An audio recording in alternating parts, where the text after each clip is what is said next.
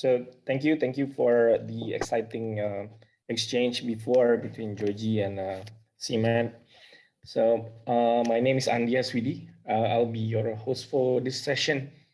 I'm a member of the research team at the DealStreetAsia, where we are building a new data platform on private capital and investment. And we also produce bi-weekly reports that tracks investment trends across the region, as well as a bit on China and India. So in this panel, we will be discussing how financial inclusion should, at least in theory, lead to healthcare inclusion. And I'm grateful to be joined by an exciting team of panelists, whom I'm sure our webinar attendees today are very familiar with.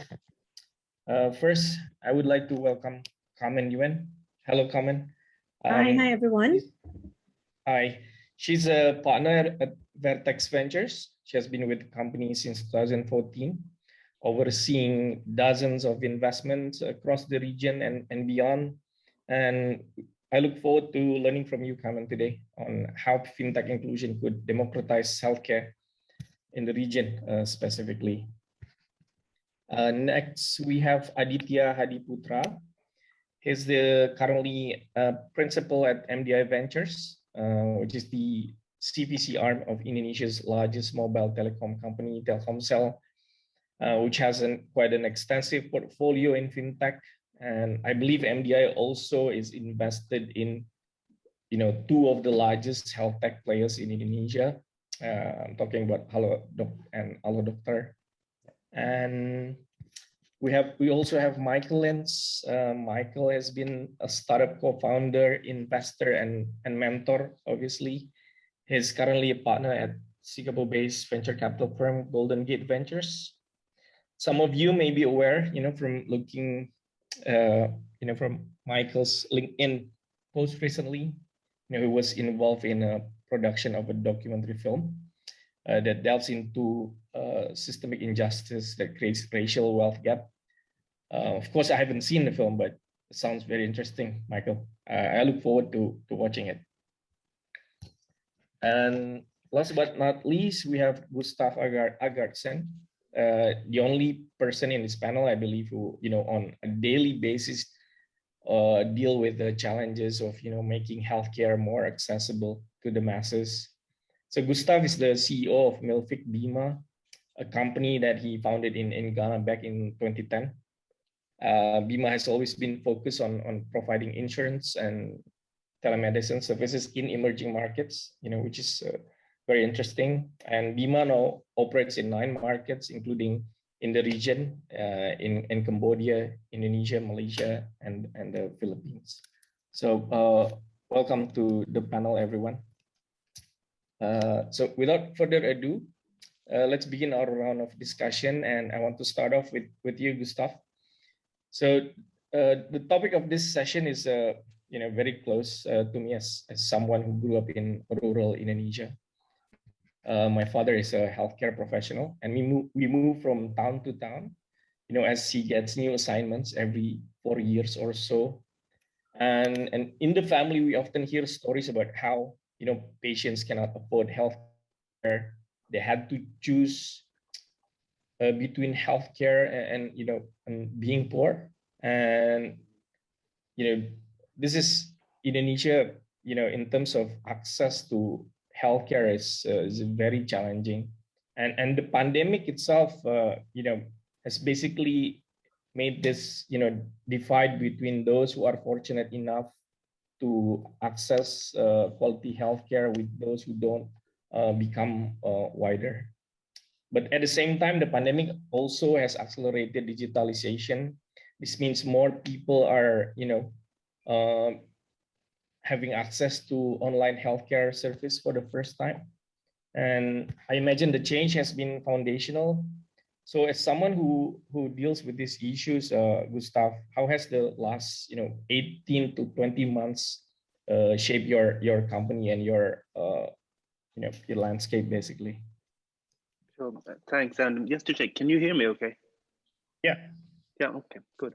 No. So yeah. First of all, you're absolutely right. I mean, there. If you look at across the markets where we operate, we have several hundred of millions of people who don't have access to healthcare, and I think what we have seen since the pandemic started, if you look back over the past 18 months, is that in general, people have become more kind of aware of and concerned by their health compared to before, and also referring back to what Seaman said earlier, there's been a mindset shift. So we have seen that mindset shift among consumers, and as a result, we see very strong growth. So, for example, if you look at our direct-to-consumer offering, we've seen around 180% growth over the last year. And also, if you look among our customers and our existing customer base, some of them have had access to telemedicine for some time, but during the pandemic, they've seen that the utilization rate has doubled. And I think what we've also seen over the past 18 months is increased support from the government, and this was also mentioned earlier by Siemens, and we see exactly the same. They now fully realize the importance of telemedicine and how it is just critical for countries during a pandemic. So the support has increased, and it's much easier for us to collaborate with government, and we're doing that across several of our markets, including Indonesia and Malaysia here in the region. Does the support from government also means, in terms of regulation, does it get easier for companies such as yourself to penetrate markets in Southeast Asia? Yeah, I would say so. I mean, I think that the government realized that it's going to be important to regulate telemedicine, and we encourage that. We think that's key going forward, and we want to work in partnership with the governments to create the right regulation. But what has also happened during a pandemic is that I think the governments have realized that we can't just create a plan to form regulation over the coming couple of years, right? When you're in the middle of a pandemic, you need something right away. So there's a sense of urgency there, and I think it has just accelerated things massively. Yeah, when you talk about the government, there's the executive branch as well as the lawmakers. Have you had any exchange with the lawmakers where they are in terms of their awareness and their concern about how technology can actually improve access to healthcare? Yeah, I mean, we are in constant contact with regulators across markets, and this has been our approach from the beginning. I mean, the business, as you mentioned earlier, started in Ghana, and we created the first telemedicine license in the country there, together with the regulator, and we've in close contact with the regulator in the Malaysia, and we're working together with them and providing our input on what regulation can look like going forward. And I also mentioned what we're doing in Indonesia. But if I look more in general, I think what's very positive for Bima and also other innovative businesses within kind of insurance and health tech is that actually fundamentally the government wants the same as we do. I mean, everyone is actually on the same page, right? We want financial inclusion, and we want people to have access to high quality healthcare. So we have the same goals, and then I think with the same goals, and if there is communication, then regulation can be shaped together, and that's what we're trying to do. And so far, from our experience, actually, in most of the countries where we operate, the regulators are open to have a dialogue, and ultimately they want to move in the same direction as us. Thanks, Gustaf. So let me move on to our investor panelists here. So, Carmen, as an investor, how has the past 18 to 20 months changed your investment thesis, and particularly how that touches on access to healthcare these days? Do you see more allocation? Are you expecting more allocation going forward? Right. Thanks. So actually, healthcare as a vertical, we feel that it has always been waiting for disruption. In Vertex perspective, we look at healthcare as both an enterprise solution space as well as it straddles into the consumer internet space. But having said that, healthcare also touches very much into the fintech space. So these are the three verticals that we look at. Now, COVID actually accelerated the entire process of this healthcare being pending disruption, right? And we have been looking into the healthcare space. The thing is that in 2020, we actually invested into three, not because it's COVID, but because we happen to have taken time to evaluate and therefore we descended on three. The things that we were looking at includes like telemedicine, teleconsultation, health and fitness, apps, even the front end of customer relationships management that Simat mentioned earlier on. So we descended on three companies. In terms of, like I mentioned about how healthcare and fintech, they do overlap. Fintech enablers will be the offshoot, right, of healthcare. They will include things like Bima, which is in the insurtech space, the installment payment model, which is like consult now and pay later types of models. And for Vertex, during this period of time, we actually invested into a digital insurer, a full stack digital insurer, also known as Sunday Insurance. You will probably read about it very soon. Yeah. The company is actually based in Thailand. And other than that, we also invested into a platform that enables digital lending. The company is Turnkey Lender. And a number of their clients are actually in the healthcare financing space. Now back to healthcare. The three companies that we invested into, one of them is in Singapore, it's called SweetDoc, which is an on-demand doctor service. The other two are in India. IVF Access, as the name implies, is for in vitro fertilization for couples. And the third one is IU Health, which is actually the front-end customer experience company in India. But going beyond that, we will continue to look for opportunities in this space, in the three spaces. Okay, so when reviewing potential investment in fintech and health tech, let's just focus on fintech for now. Like, how does the issue of access of healthcare factor into your assessment? And are there any new revelations during the pandemic that that wasn't obvious before that may help you in making better decision when investing in fintech? So healthcare and fintech, they overlap, right? Or rather they are very continuum. What we notice is in Southeast Asia, the use of wallets, digital wallets, is already very prevalent, right? So what we notice is actually instead of using things that are relatively fancy, one of the companies that I've noticed, which is actually also in the blockchain, you pay with currencies, cryptocurrencies, or there's unique tokens, and they claim that they have got pretty global coverage, SolveCare. Some of you may already be aware.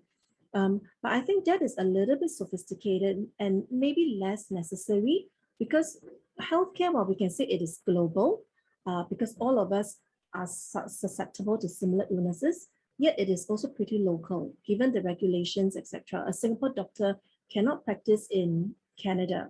Similarly, a Malaysian doctor cannot practice in Singapore, right? Unless you have gotten the necessary certification. So as a result, much as we would like it to be global, there's also a certain local context.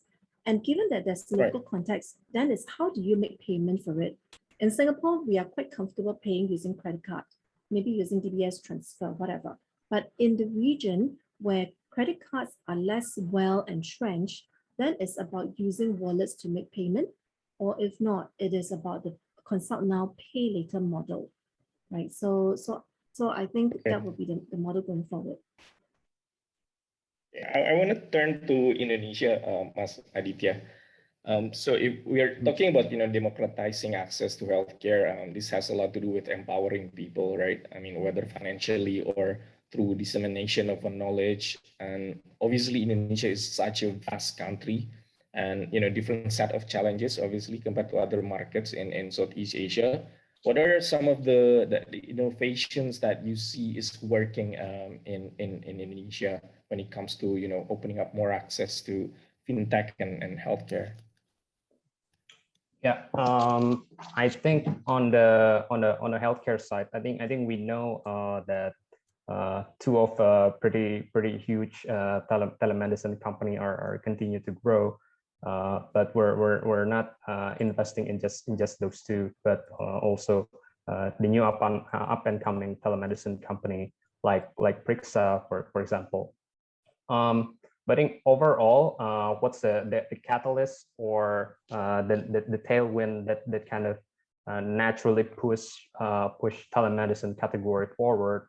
I think I agree with the notions that been mentioned before, that we as a country and a region itself suffers from some problems like low number of doctors, low number of beds, and then obviously lower quality of care as opposed to large country like the US and China.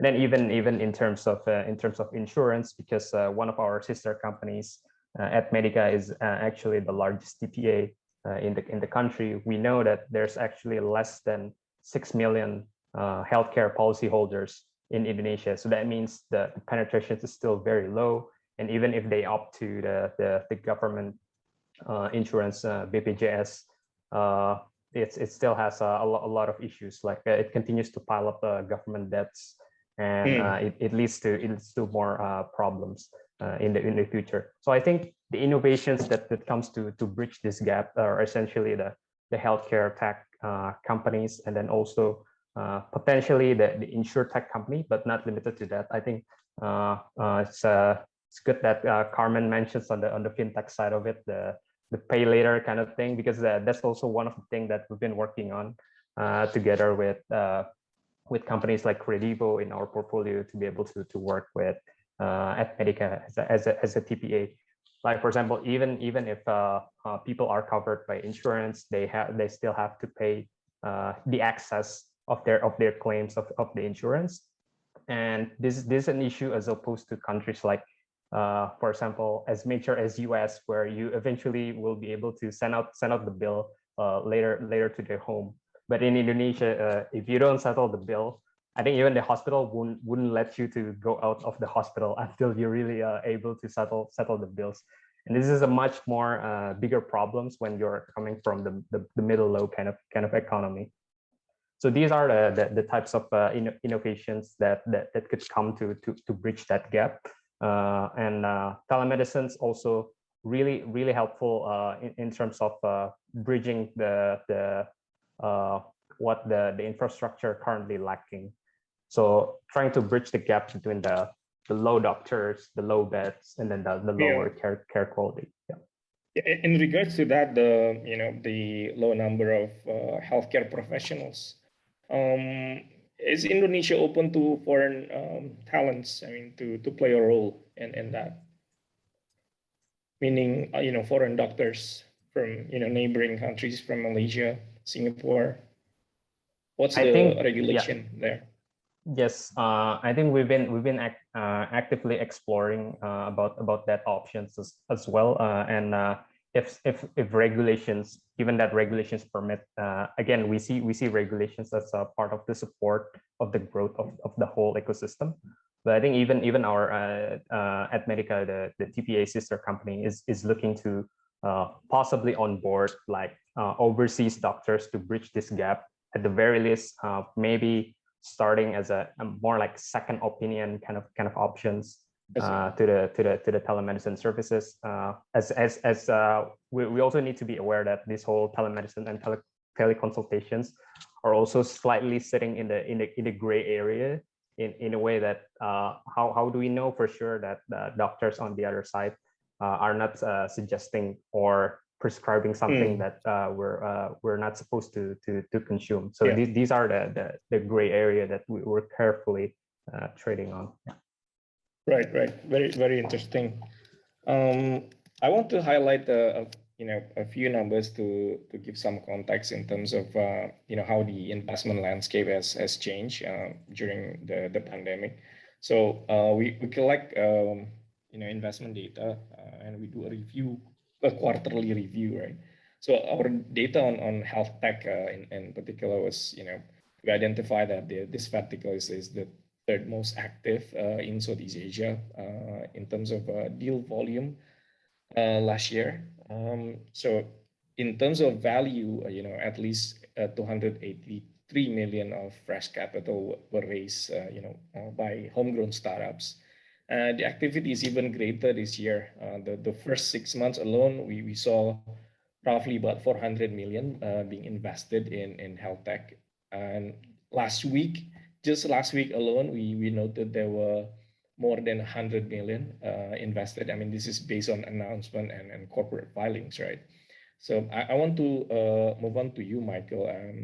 As an investor, can you give us, some context to better understand this growth in funding? What does it say about the development of health tech in the region? Because we're kind of getting mixed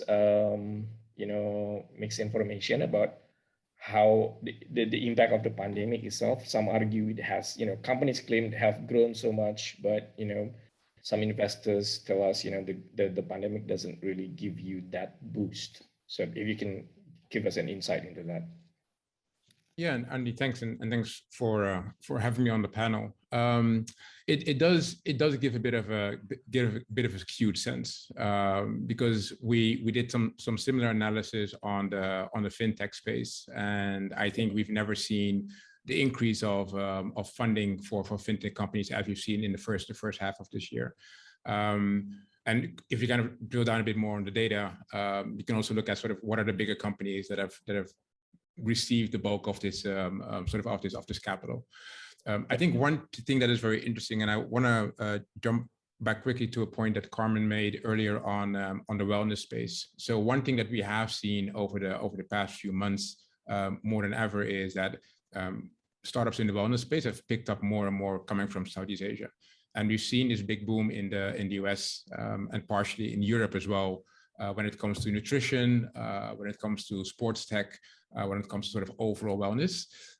Funny enough, we had an internal discussion about, does pricing for these markets also kind of make sense for markets in emerging markets such as Indonesia, where you might have a monthly subscription on a nutrition plan, which would cost you between $20 to $50 a month, which is not accustomed to, for a certain demographic.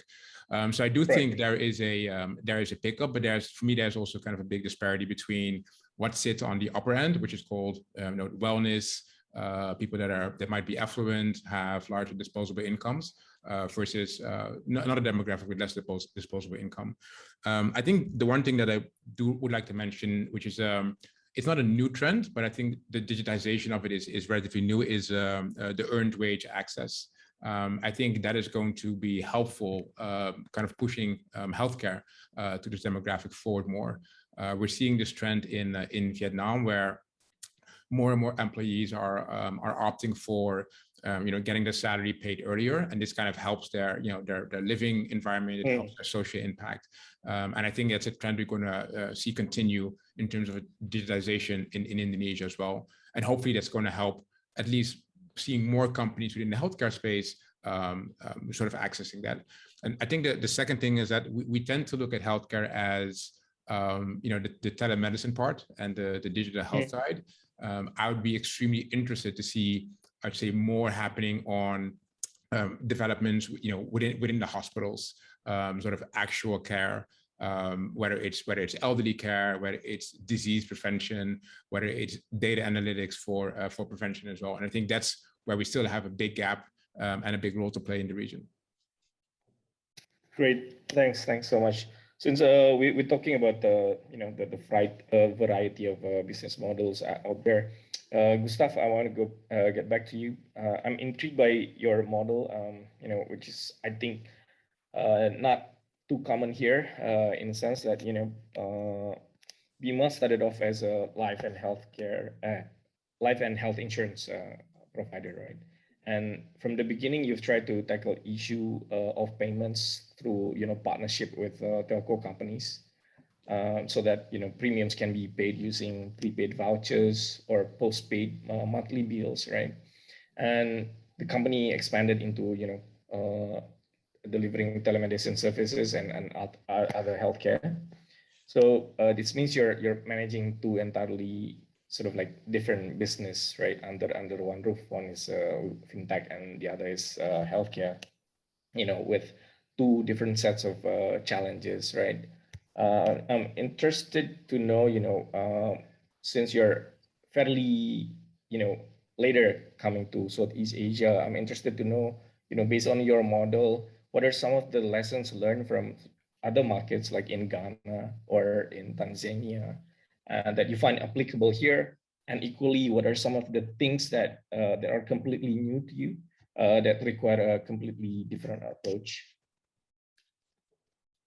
Thank you, Andy. So as you say, we're basically sitting in the middle in a sense, right? On one hand, we are integrating historically with telcos, but now less with telcos and more with the mobile wallet providers. Yeah. And that's how we collect our monthly premiums. Our products are subscription products. So people subscribe and we collect premiums monthly. So that's what we have on one hand. And on the other hand, we have our health platform offering, which, as you say, started with insurance. We started with life insurance, and then we evolved into health insurance, and now also telemedicine and other health services.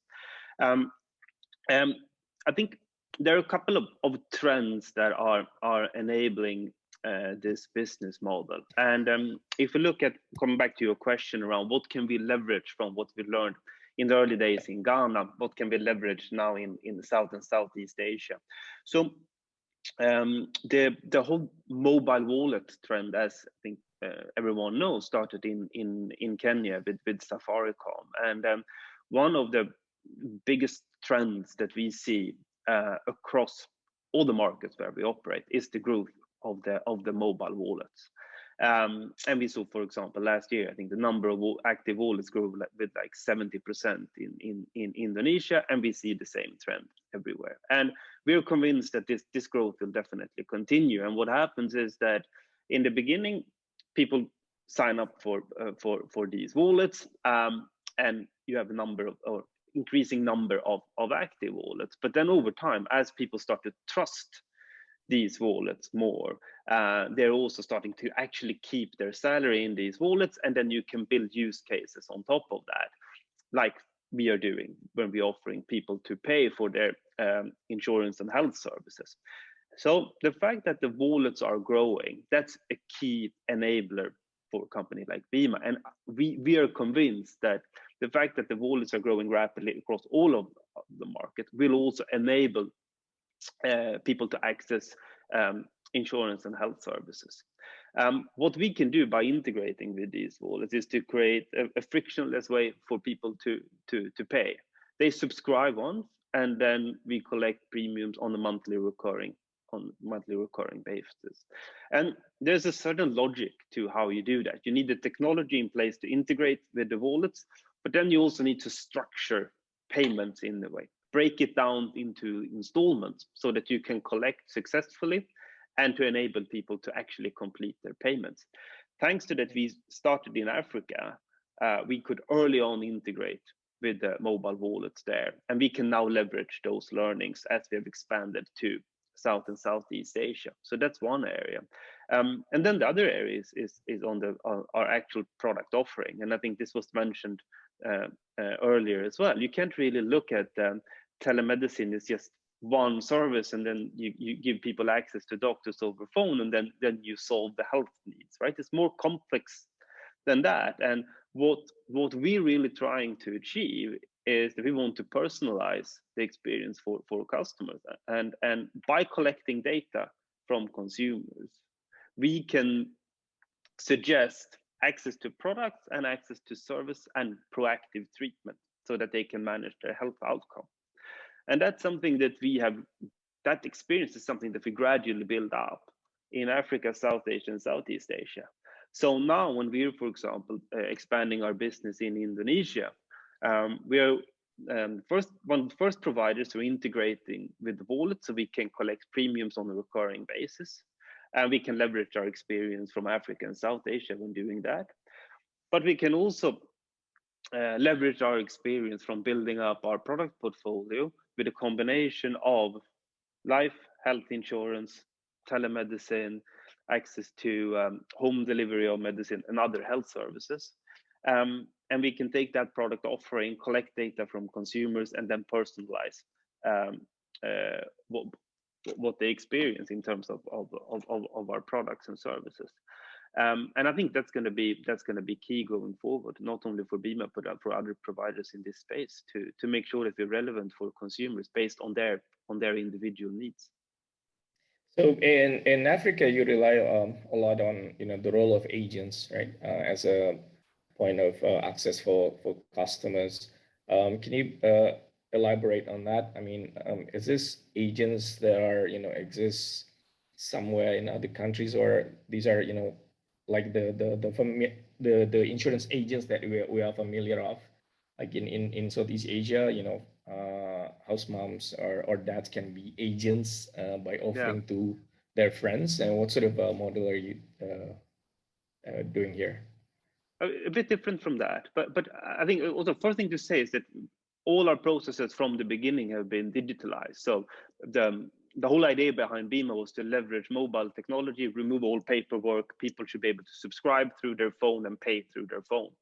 So that's been our approach from start. But what we have also realized is that actually a majority of our consumers in the emerging middle class, they're buying insurance and getting access to healthcare for the first time.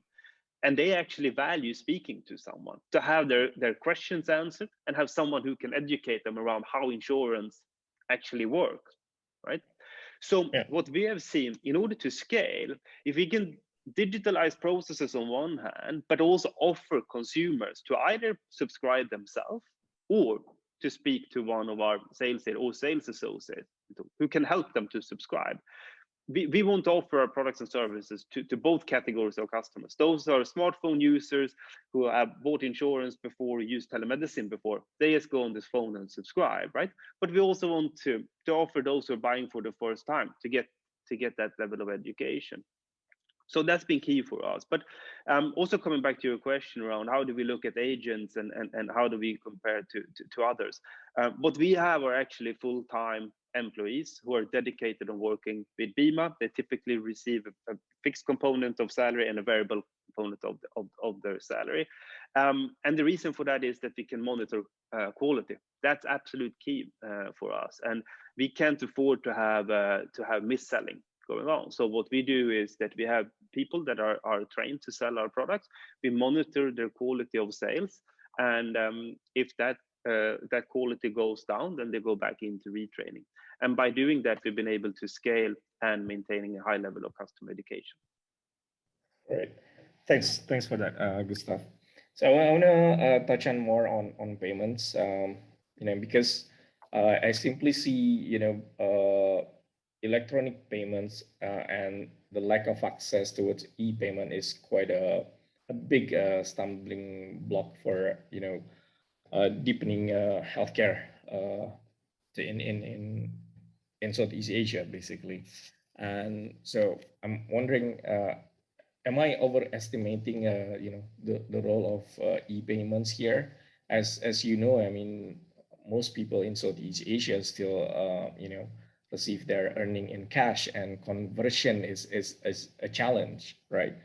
And that's why, companies such as Indomaret and Alfamart, if you're aware, one of the larger convenience store in Indonesia, serve as a point of conversion, from cash to digital. And I think that's going to be big in the next few years, right? So, Carmen, if you can, give us some insight how e-payments will develop in Southeast Asia. Mm-hmm. Yeah, so you're absolutely right. Actually, our region is pretty cash heavy, right? So and like I mentioned earlier on, the penetration of banking services and card services is actually quite low. But with the COVID, I think things have actually changed. They don't have a choice. People just have to move forward. But previously, we invested in a company called PayFast, similar to what you were mentioning about Alfamart. These are people who are actually mobile agents, right? Alfamart, you still have to go to those retail points and you convert cash into digital amounts in your wallet. Whereas for the PayFast, they are actually agents that could be in your village, in the second, third, fourth tier cities, and they primarily do the same function that the Alfamarts are doing. So I do see that going forward, e-wallets will dominate, microcredits will dominate, and like what Michael Lints was saying earlier on, the earned wage access, it will dominate. And similar to Golden Gate, we have been seeing different propositions for EWA, not just only in Indonesia, but also in the other Southeast Asia region. We do notice that agents play a very important part, and that they are the people in the community, right? They are the walking retail points to enable wallets to be topped up. And if we are going to take a leaf from China, right, digital payment is second nature. And I see this happening even in Southeast Asia. I have on instances, different instances where I have left my wallet, which is already very thin and very flat at home. And I'm like, okay, fine, I will do without my wallet. But no way, the moment I left my phone at home, I turn around and come back and pick up my phone because it's necessary, right? My MRT is loaded there. My credit cards are all loaded on my phones, etc. So the use of wallet is very well entrenched in our lives, right? So, and in Southeast Asia, we have got multiple wallets, to be fair. But I believe we probably have got one real dominant wallet and maybe a second one that we will use occasionally, and a far, far away number 3 or 4, if at all. I do expect to see more neobanks.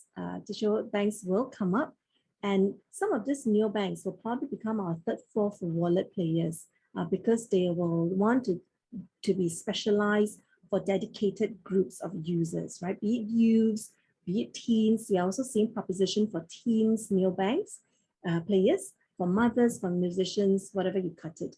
And I will see that this will become a parallel universe to the days of credit cards, where you have got ladies cards, you have got platinum cards. This will become the dedicated virtual cards, wallets for users. And users will have the flexibility of moving their funds between wallets. Whichever one that gives them better promotion, they will use those wallets. So I do see that going forward, even when it comes to teleconsultation, even paying a real doctor that comes to our premise, or even paying for insurance, it will be done primarily over digital wallets. I do see that happening. Thanks, Carmen.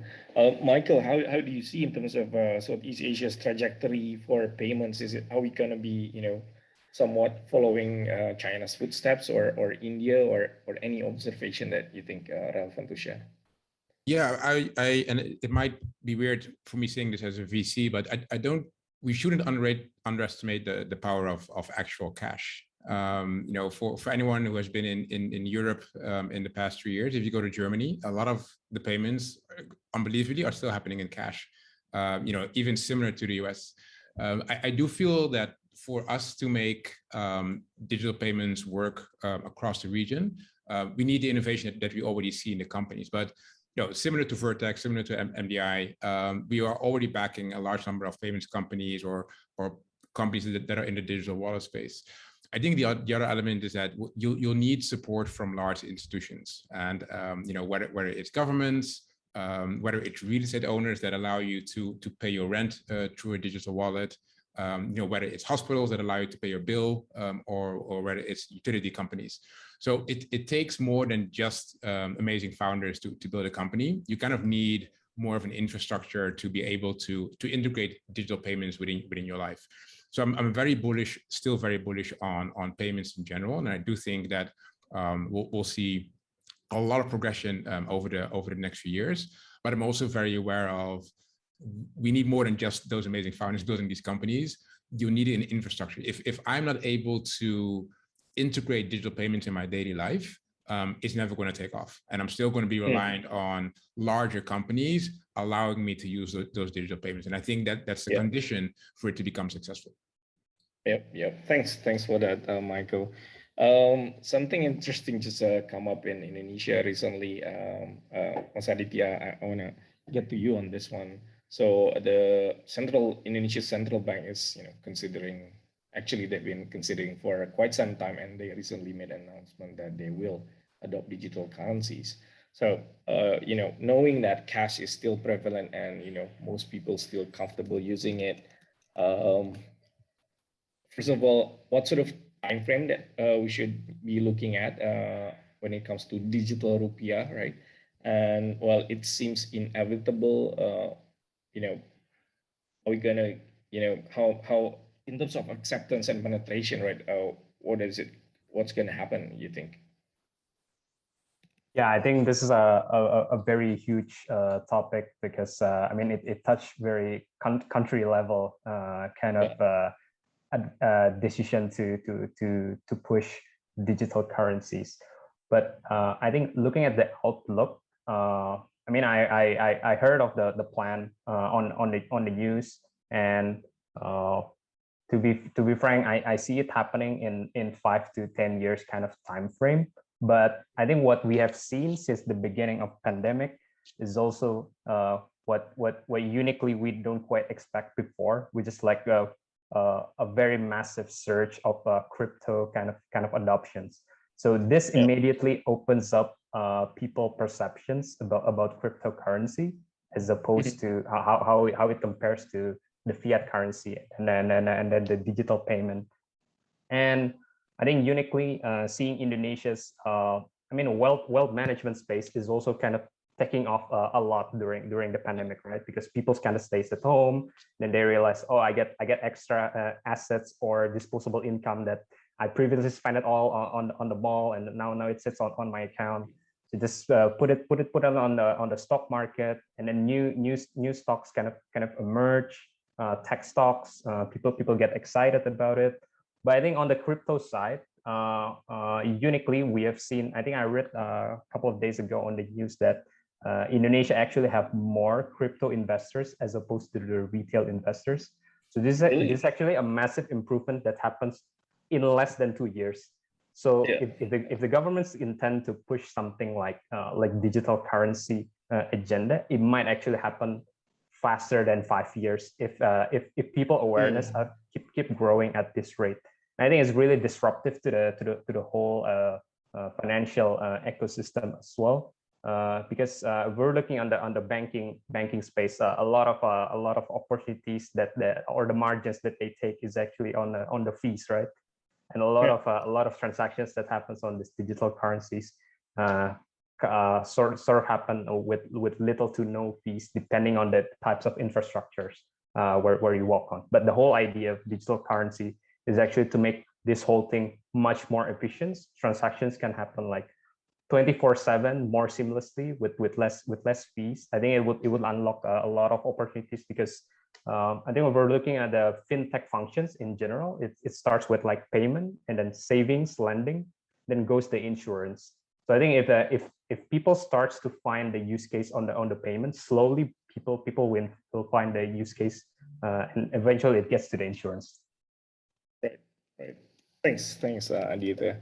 So part and parcel to fintech adoption, conversion of cash into digital is basically data, right? Like we create data, more and more data, and we have more data today than we did, say, 5 years ago, thanks to the tech startups and thanks to the digitalization of transaction. So digitalization has allowed for greater access to data, right? Having more data means that insurance companies can manage risk better, and perhaps adopt the dynamically adjusted premiums as opposed to conventional static premiums. So I want to go to Gustaf. Has the adoption of technology made premiums much lower, and how disruptive has insurtech been against the more traditional players right now? Can you share your insight into this? Yeah, thanks, Andy. I mean, first of all, to say, yeah, data collection will be absolute key, and the opportunity that we see is in collecting data from consumers to make our product offering more relevant to them. And I think at the same time, while that's a massive opportunity, I think we also must be very careful around how we use the data. So if consumers trust us with their health data, like they're doing now, right? I mean, they contact our doctors and they share information with them. Then we must also be extremely careful around how we use that data. And if we're not, then I don't think it will be possible for a company to provide both insurance services and also, for example, telemedicine services. I think that's something just to be very aware of. But what we definitely can do is to collect the information about consumers so that we can propose products that are relevant to them. And I think that by offering not only insurance but also health services, create an opportunity to do that. And if we have relevant information about consumers, I mean, we can make insurance affordable. We've proven that we can do that. And we mentioned earlier, with the emerging middle class now starting to use the wallets and trust the wallets and keep their salaries on the wallets, we have an opportunity to sell policies to people that haven't had access to them before, and charge a monthly fee of between like maybe $5 and $20 and above, right? But for some people that's not affordable, and we're not excluding them as well, right? So we have policies that cost around 50 cents per month, and we can make that work as well. Those can also be profitable customers for a company like Bima. So even the lowest income segments, we can provide them with insurance. And what's enabling that is that we reached scale. So we have the capability, we have the insurance policies there, and we have the telemedicine set up. And then by adjusting cover levels, we can get the premiums down to those levels. And this is also possible, again, thanks to that we now have the mobile wallets. Customers can subscribe once and then pay on a monthly basis going forward. And then, yeah, the economics work out, even if you see these lower premium levels, sub $1 a month. So yeah, again, this evolution of mobile wallets is really creating an opportunity to provide insurance to the vast majority of the population. Andy, if I could just add on, because we have invested into Sunday Insurance, right? And they also have the capability of underwriting. So they also run their models. We did go through with them on the question of premium and how why is it that they are able to provide such a competitive rate to the premium? It is less, I mean, the function of data is important, but actually for the incumbents, where the bulk of their premium goes towards actually is also distribution, right? So Bima is tech run, so that's why you don't have that many people to serve. So in the incumbent way, the premium that is collected has to serve a plethora of people, from the agents to the claims departments to the actuaries, and also to ensure they can cover claims. So the digital insurer like Sunday Insurance, Bima, they do their own underwriting. And the way I understand it is they would have streamlined the need for that many big room office of people.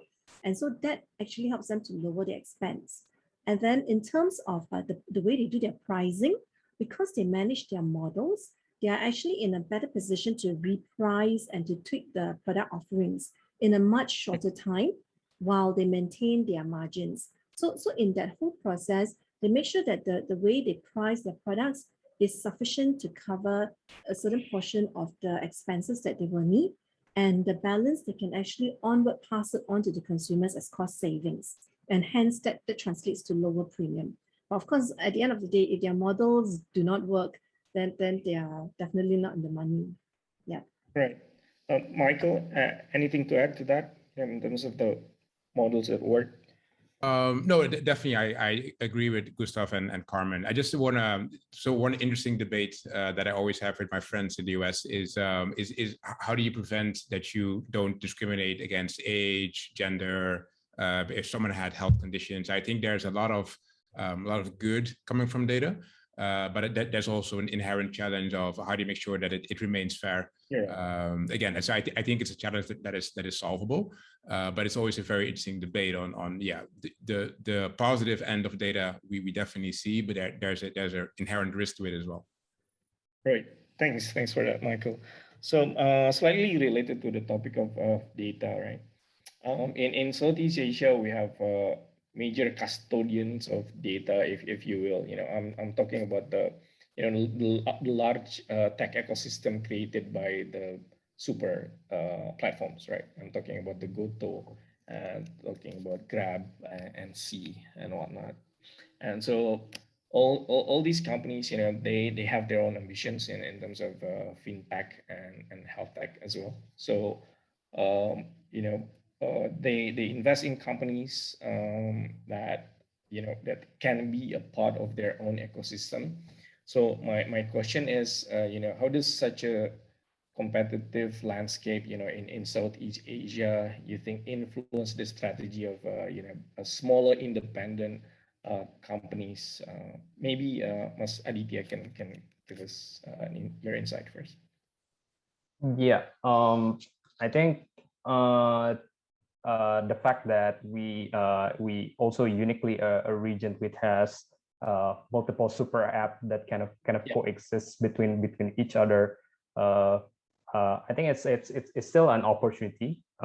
Say for example, I think both of the giants like GoTo and Grab continues to open up their ecosystem to the smaller players to fill in the gap, because it's not like they could cover everything by themselves. And I mean, we've seen large corporates like Facebook and Google tries to handle things. I mean, setting up their specific divisions and charging ahead. Maybe it's specific to healthcare space and all that. But I think it's much more efficient and de-risking kind of effort to partner with the smaller guys instead, because the smaller player actually are really focused. I mean, typically startups focus on a very specific problem and solutions that they try to solve for the consumer, right?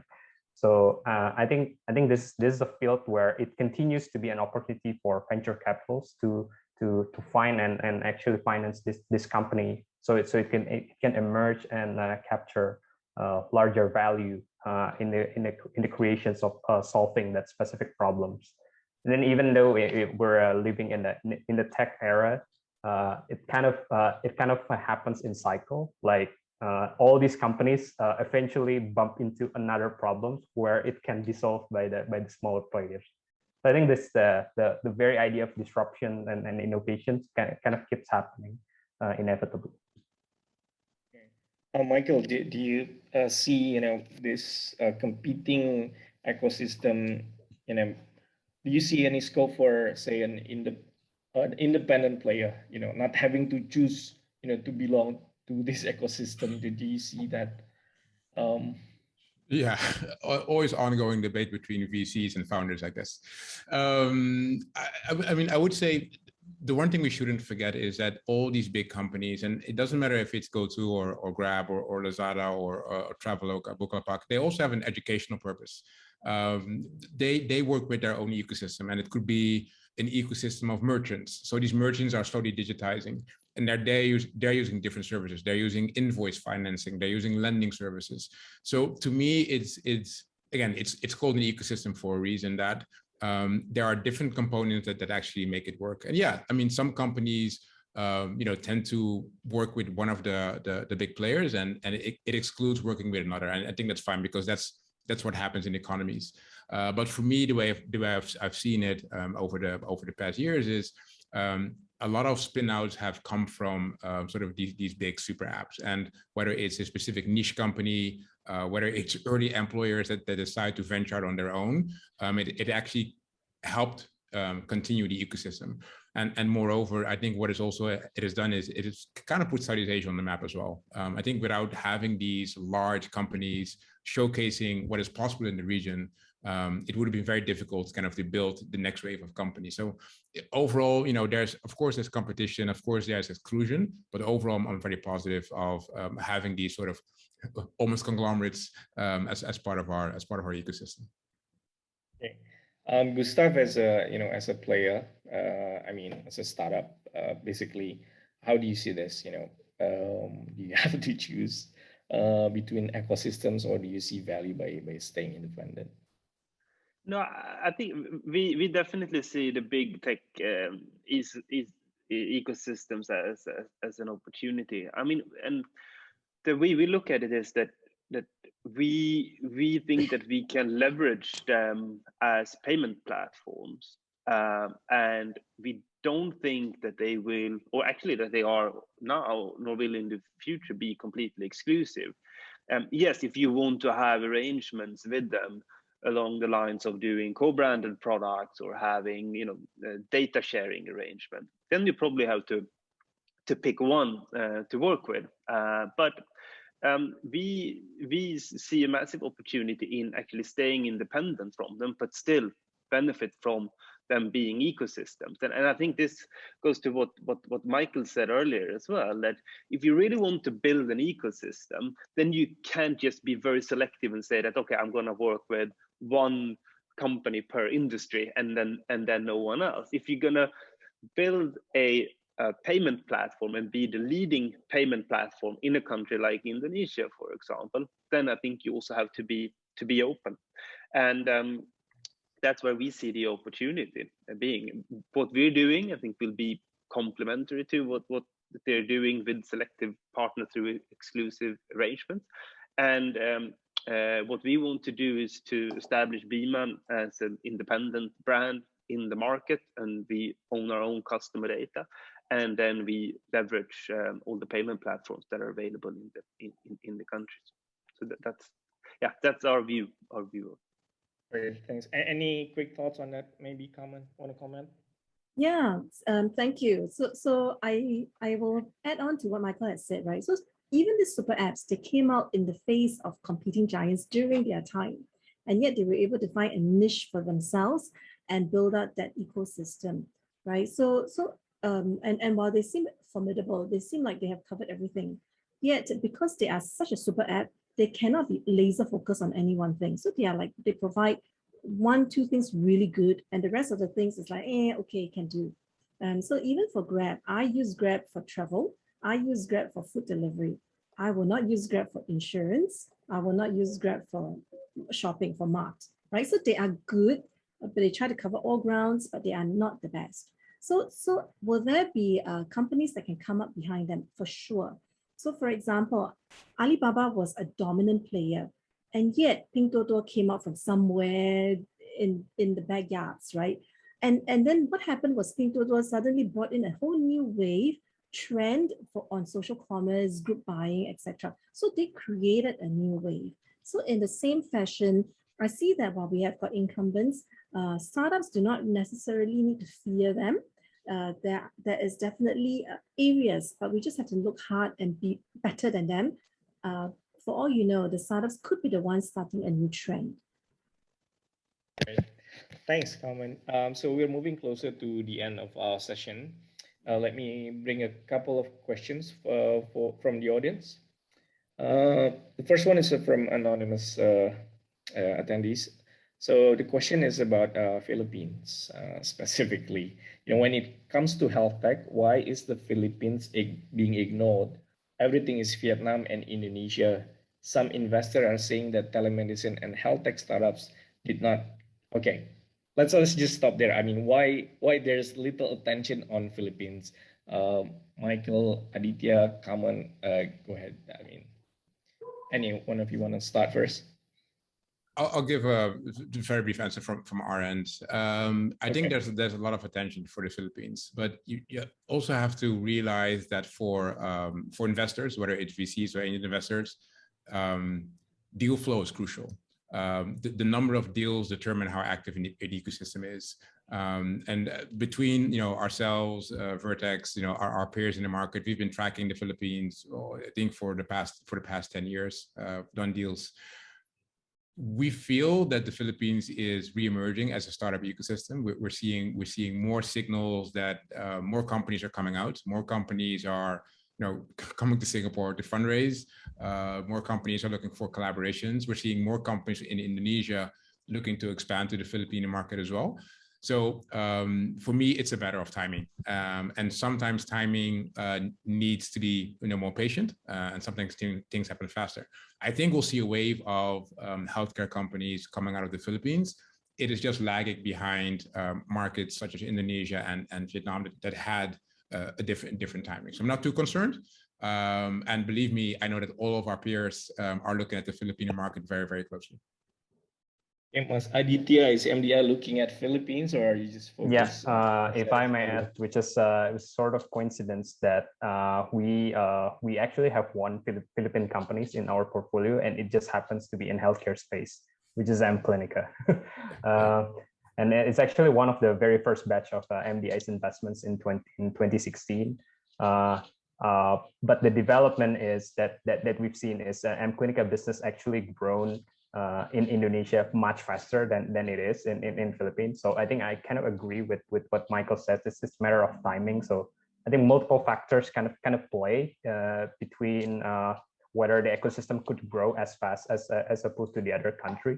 But if we're going purely by numbers, why growth could happen much faster in Indonesia is purely by populations. Like it's comparing the numbers of Indonesians as opposed to the neighboring countries. But yeah, I also agree to what Michael said. It's not like things cannot grow in Philippines. In fact, we're seeing some other unique companies emerging out of Philippines. Something that we don't expect from the other countries. So it's just comes down to the ecosystem, how it develops, and then the behavior and the cultures of the people really plays a lot to influence the tailwind of such a company to grow. Great. Gustaf, what sort of numbers you're seeing in Philippines? You're operating there, right?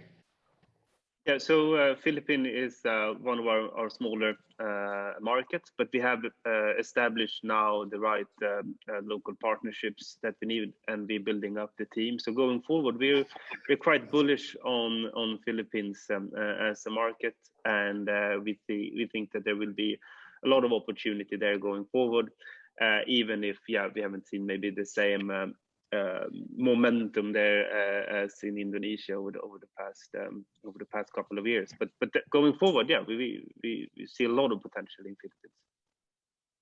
Great. I'm gonna move on to a second question from our audience. What is the next area of healthcare that the VCs are betting on, and why? What potential do you see for medtech in Southeast Asia? I think Carmen can take this one. Right. Okay. Next thing in healthcare. So what has Vertex invested into? We have invested into a platform on demand doctors, nurses, which also doubles up with telemedicine. We have done IVF access, so services. We have also done the CRM customer experience of going into different hospitals in India. The next big thing that we are looking at going into, and which is actually the whole who owns your data. So that piece is a little bit hard to crack. We have seen medical records is currently being owned by the institutions that you consult with, be it clinics, be it hospitals. It is not your own to own at the moment. How can we shift that such that the ownership becomes yours? When do we start it? Is it going to be one where starting from baby, when they are born, then we can start building it up? Or do we start midway and build backwards? So at the moment, we haven't quite seen any companies doing that. But at the end of the day, we are strong believers that we ought to own the data at our end, such that when we see a doctor, we are showing them who has consulted with us, what were some of the early indications, what were the diagnoses given, without having to seek consent from the hospital to share with us those data. So currently, we are looking for opportunities in that space. Why is it important? Because ultimately, that data is yours and yours to own. Even for insurance companies, they only see whatever that I've bought from them, whatever that I've claimed from them. They still do not have a 360 view of me. It's only I who have got that insight and that view of myself. So we are looking into that space.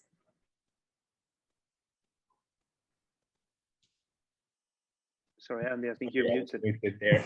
Yeah. So guys, I think we have arrived at the end of our session. Thank you so much, everyone. Carmen, Gustaf, Michael, Aditya. Wishing you good health, and I'll be speaking to you soon again. Thank you so much. Thank you. you.